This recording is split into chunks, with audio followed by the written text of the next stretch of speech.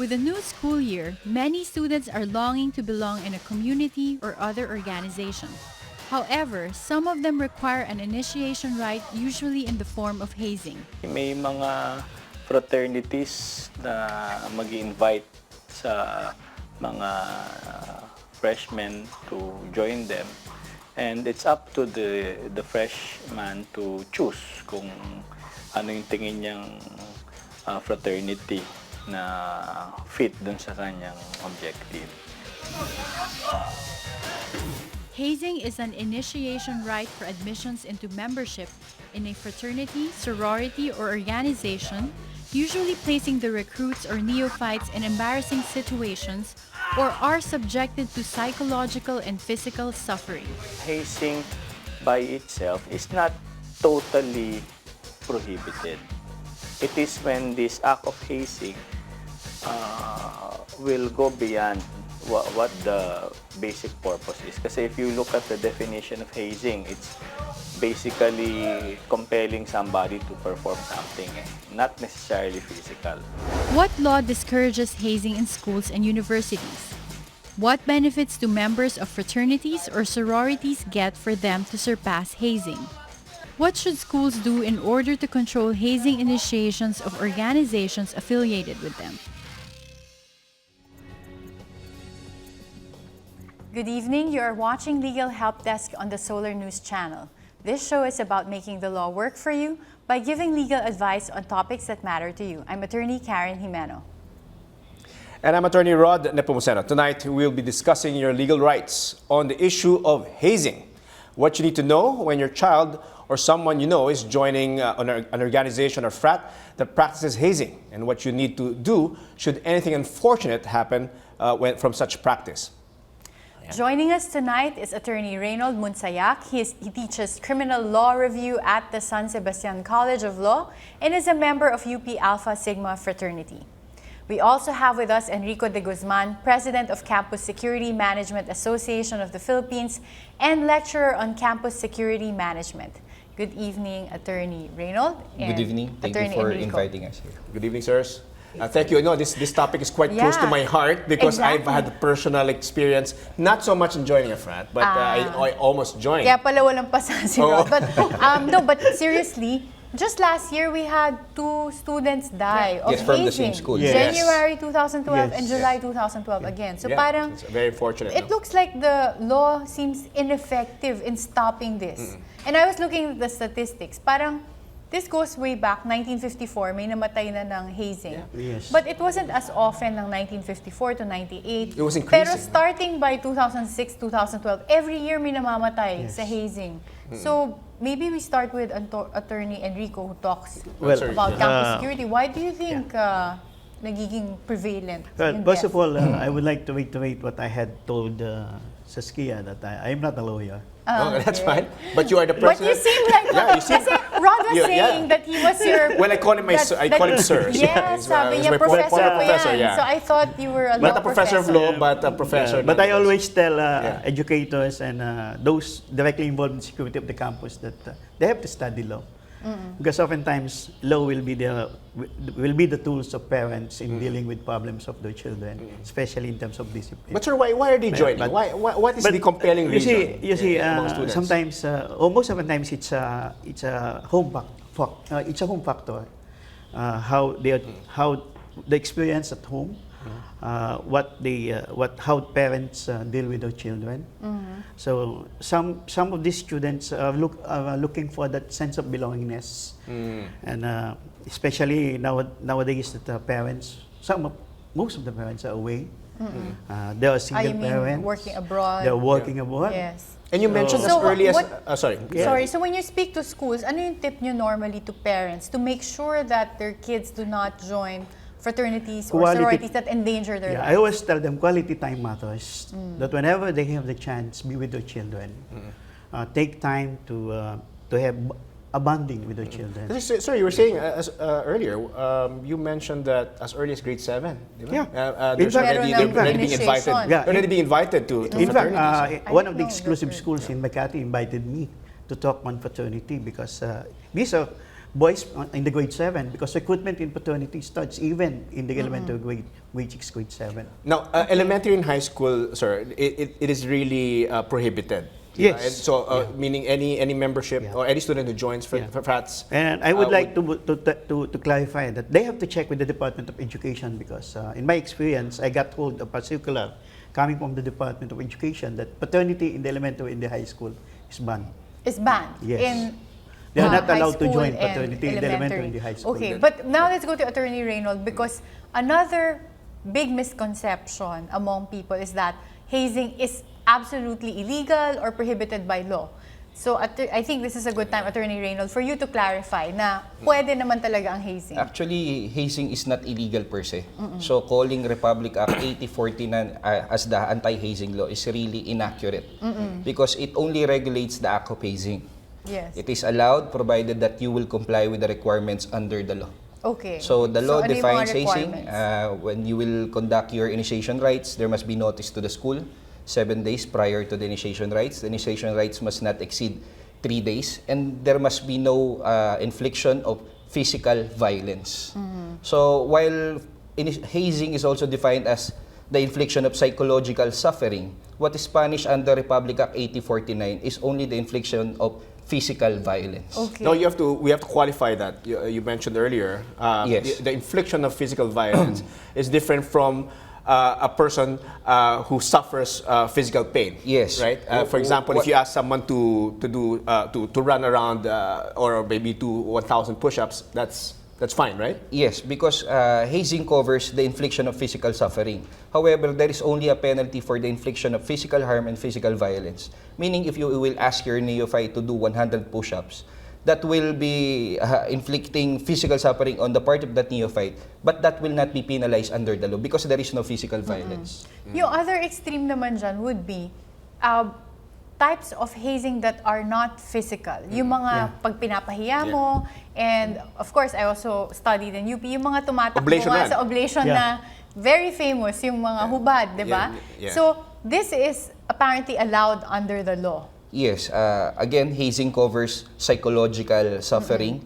However, there is no penalty for psychological suffering. Although, they can also be penalized kahit na walang physical violence. Pag naman hindi mo sinunod yung mga minention ata ni Attorney Reynolds, right? Yes. Notice? Notice to the school authorities, there is a limit for the number of days that there can be initiation stage.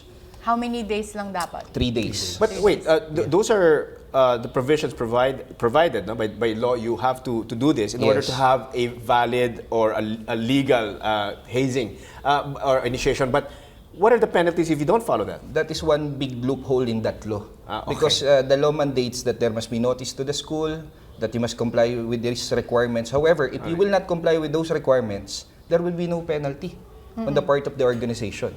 So if there will be no complainant that he suffered physical harm from some initiation rites, there will be no penalty. Yeah. And it seems like under the law, since they don't punish hazing that does not result in physical injuries or death, it seems like kunwari sobra kang napahiya in a sense na if you suffered emotional or mental damage. Pag nagsuka, I don't see any penalty under the law for your perpetrators.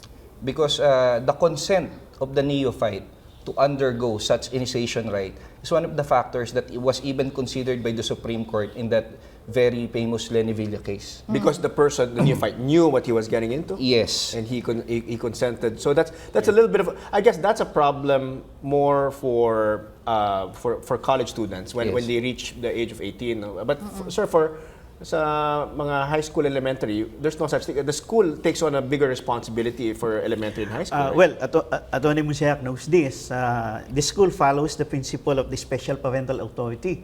While in college, it's only the local parenting. Yeah, because you have non-minors. Yeah, so in mga- degree of liability, there is a greater degree of liability in the elementary, in the high school. That's why one of your colleagues, he told me that even if the CHED or the DepEd issues those circulars, it's contestable, which I believe. But the Yes. problem is we have to also to contend with the provision of Batas 232, Okay. the inherent responsibility of the school to protect the students. Yes. And now we'll apply that to actual viewers who have questions for us today. Ayan. So let's answer a few questions from our viewers. Our first question is from Margaret via Facebook. My boyfriend wants to join a fraternity in our university. I asked why, and he said because all the men in his family were members of this particular university and it would help him in the future. I don't see the point of joining such organizations, especially since recruits have to undergo certain hazing rituals. I want to know what benefits members get from joining fraternities. So this is not really a law question. Yeah. This is more of something Of a I think why. that Of a why. Mr. Enrico can help us answer. You have to be discreet in the decision, whatever decision you're going to make, because it's not really compulsory that you join the Yes. fraternity. Although, you know, Mr. Enrico, in my experience, nakita ko in law school, sa experience ko, yung mga kaklase ko who joined fraternities, they really benefited. And I'm sorry to say, I won't mention kung ano mga fraternities, but they really help you out. Yeah. Like if you want to join the law journal, they give you special treatment, they help you in the research, they even coach you sa mga... The promise of the future is very attractive, Yes. really. Oo. Even now, di ba, among lawyers, Yeah, even pag the- sinabi nila, the- fraternity brother niya, Yeah, the matutulungan ka. quote-unquote lakaran, di ba? That's both yeah. good and bad. I don't know, how it depends on what side of the fence you're Yes. sitting on, but basically sometimes that brotherhood can Yeah. go So I guess to beyond, answer no? Margaret, there is really some benefit. There's really some benefits, especially once you're able to finish, then you approach those your brother in the fraternity. They will really help you. But the problem lies on the initiation process. What do they Yeah. require para lang makapasok? That's ano? it. Yan. Yeah. Okay, now we have another question naman, sir. Stephen is asking, where can people report if they have any knowledge of illegal hazing practices being conducted or about to be conducted? Are there NGOs or government agencies that they can go to? Well, if you're a student, the first person that you're going to approach to is the person in authority, whoever is in charge. You don't go directly or immediately to any local NGO or- authority. You first report it to the school. And Okay, then the so- school has to do its responsibility in dealing with the problem. Attorney Reynold, any government agency that the students can report to kung may violation? I think this is only a police matter. So if you have knowledge regarding initiation rites being conducted in your area, you can report it to the police officers. But what the police officers say, we conduct the same thing. We also. No naman. No, but I know, They can say that. because sometimes PNP ba? military, Meron din PNP, silang mga I mean, they have these initiation. things. And sometimes they do it as we were talking about it, to increase their psychological resistance, so to Yes. speak, in tough situations. Because even under Republic Act 8049, there is a proviso there that the processes, the psychological testing and training of AFP and PNP to ensure that their members will be fit is not considered hazing. Yeah. So ibang-iba pala, no? Yung Part of- requirement. Yes, pag ginutom ka, halimbawa, sa training mo sa PMA o sa PNPA, although it can be considered a psychological abuse or suffering, they can argue that they are doing that to prepare you for future events. For tougher I'll ask you situations. more about that, but right now we Yeah. have to take a short break. Legal Help Desk will return after these reminders.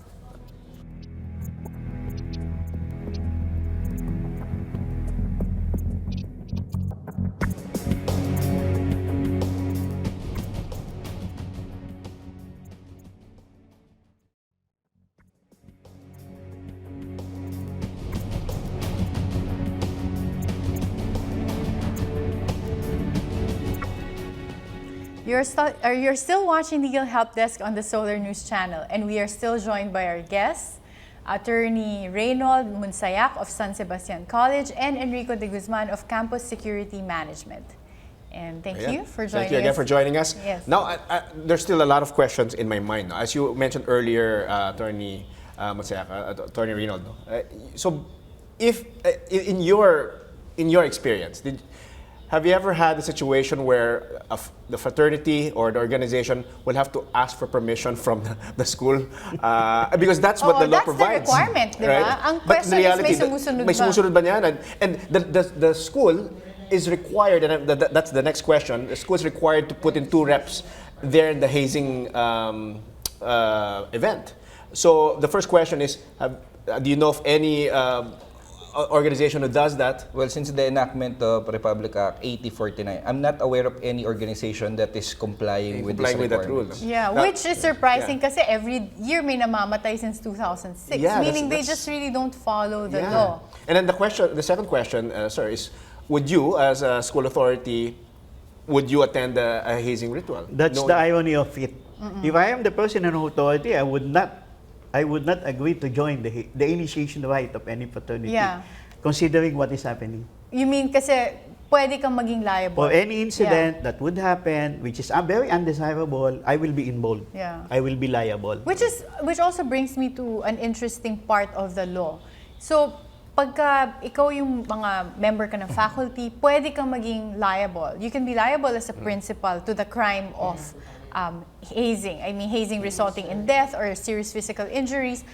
If you knew about the hazing and didn't do anything about it. Yeah. What's more interesting is yung in the case of yung mga past deaths, the members or owners of establishments can also be put to jail for being the area where hazing was conducted. So maybe Attorney Munsayak, Attorney Reynold, this is something you can clarify para yung mga establishment owners out there can be very vigilant against hazing. Well, there are situations where a person who's not physically present during the initiation stage or the hazing will still be criminally liable if they allow their premises to be used with their knowledge that the premises will be used for initiation rites, and they allowed it and failed to stop the conduct of the hazing, then they will be liable also. If you're a stranger, you're not related to any of the member, you will be liable as an accomplice. But if you're the parent of one of the members of the fraternity, you will be liable as a principal. Meaning kung sa bahay mo ginawa yung hazing, Yes. tapos I see. meron Also, namatay, then you can also be a principal. You no? will be liable as a principal because that is very normal for parents who are also members of the fraternity to allow their homes to be the venue for Now, hazing. Attorney Reynold, let me delve into aggravating and mitigating circumstances. I mean, I read the law, and I think it provided there that there's no such thing as a mitigating circumstance can't be had if you just claim that I didn't know that would be the result. Yes. Right. You can't claim that as a mitigating Well, circumstance. Right? first, upon the enactment of this law, it is very clear that the intention of the legislature was to give the offenders the opportunity to avail of mitigating circumstances. Because the technical nomenclature of the penalties used are those of the revised penal code. Right. Because if you will use penalties like 1 to 10 years, then you will disqualify the availment of any mitigating circumstance. But considering they use the terms reclusion perpetua, prisión mayor, and reclusion temporal, they are allowing the application of mitigating circumstances. However, one mitigating circumstance is automatically disqualified from being availed of, which is praeter intentionem, or you did not intend to commit so grave a wrong. Yeah. Yeah, And for the yeah. benefit of our viewers, yung Layo. mitigating and aggravating, it means pag may mitigating circumstance, mas kayang babaan yung parusa, yung Yes. penalties can be reduced. Aggravating, it means like you get the maximum sentence for the crime. And ano naman yung nakaka-aggravate the penalties? Yes. Are there circumstances, let's say I was intoxicated or I was in the influence of drugs, are those aggravating circumstances that will increase my penalty? Right now, When- not when- yet. But that is one of the suggestions of the Supreme Court in that Lenny Villa case to make intoxication or being drunk as one of the aggravating circumstances in this hazing law. But right now, the aggravating circumstances are if the neophyte is below 12 years of age, if the neophyte was already trying to quit but he was prevented from doing so, if he was recruited by means of force, threat, or violence, those are aggravating circumstances under the present law. And now, Sorry. yes, Now, I'm reading the prompter. I was doing this because we have questions from our viewers, you go. and they want to be Ayan. answered. Okay, our question naman from Noel via Facebook. How come the chapters of some frats or fraternities or sororities organizations having hazing practices and some that don't? I guess the question is. Yeah, bakit may ibang meron, may ibang there are wala? some. I think the question that she's trying to say is. In some chapters, there's hazing, and in some chapters of the same sorority or fraternity, there's no hazing. And is there a government agency that gives accreditations to organizations like this, and that all will have the same policies, rules, and practices? Well, you can, Attorney Reynold, you belong to a frat, right? Yes. Are your policies the same all throughout nationwide in your various chapters? Considering my fraternity is only UP-based, it's very easy to standardize the initiation rites for UP Los Baños, UP Diliman, and UP Manila. But I cannot speak for the other fraternities who have extensive membership Yeah. nationwide. I think the tricky thing here is constitutionally, you have the freedom of association. So hindi siguro pwedeng pakialaman kung ano yung rules or gusto mong initiation rights. Unless they violate the law. Yes, exactly. So I think based on the law, pwede silang mangpahiya, pwede silang, they can humiliate or put the neophytes in embarrassing situations or pakainin ng sili as long as walang physical injury, right? Yeah. And as long as you comply with reporting it prior to the initiation. Although pakainin ng sili, minsan What I like Masakit about the din yun. question on Facebook is they bring up, the person who asked the question brought up a very good suggestion na wala ba accreditation? Maybe if we come up with a list of accredited fraternities na in a sense na ipapakita sa kanila kung merong deaths caused by their fraternities, then it will help students kind of filter yung choices nila. Because if a certain fraternity has already had 3 recorded deaths from hazing, then you can avoid that fraternity, di ba? But what our government agencies are doing is to introduce not fraternities but clubs as part of the student activities in schools. There are organizations which they do not call fraternities, but these are but clubs covered by the student Less activities. macho pakinggan Yes. does it appeal to you? Para mas macho kasi sabihin, sir, yung I'm part of a frat. But that's what our Department of Education is Yes. giving What is the schools position of the as well. Department of Education, sir? What are the circulars that are out there? They're basically banning frats. It's part of the us recognizing the inherent responsibility of the school to protect the children. We should consider that there is a greater degree of responsibility on the part of the educators in the elementary and the high school. That's why we really have to be strict in our guidance of our So students. for all students watching us, they should know na if they belong to a high school or elementary, fraternities are prohibited. And They're not besides, allowed. it's strengthened by the provisions of the handbook. It What should are be the- clearly stated in What the are the handbook. penalties? If I was a parent and I suspect that my child is planning to be part of a sorority or a fraternity, what is the potential penalty for the Well, child? the first thing there is for the parents to prohibit their children from joining such. Now, if the parents are not able to control that, then there's the school. But there should be due investigation whether a student is a member or engaged in fraternity. However, it's not that easy that you tell. Actually, it's not expulsion. I hate to use the word expulsion. It's dismissal. Because expulsion, you will not be able to study anymore in any school here in the country. So, from dismissal. But however, due investigation must be conducted. And up to what extent is the membership of the fraternity? We have another question from Twitter. Jonan wants to know, if a person is a witness to acts of hazing but is scared to report it, what assurances can they get that they will be protected, especially since he is a member of the same organization? Yeah, so I think this is that's both quite a legal interesting. question and a safety question. He's Oo. playing safe. I believe there are no assurances in the legal system. But Even under in the the most law, controversial cases, if you do not report it, parang wala namang There's no penalty, di penalty ba? for- For Wala. fraternity No complaint. members No or complaint. sorority members who do not report it. Although if they're prevented from reporting, paparusahan yung nag-prevent. Yeah. But Yeah. Mr. Actually, Attorney Jimeno, Big I was really placed in that same situation, wherein I hope he's not watching, wherein the victim of initiation, hazing actually, went to the guidance office to seek for guidance or advice.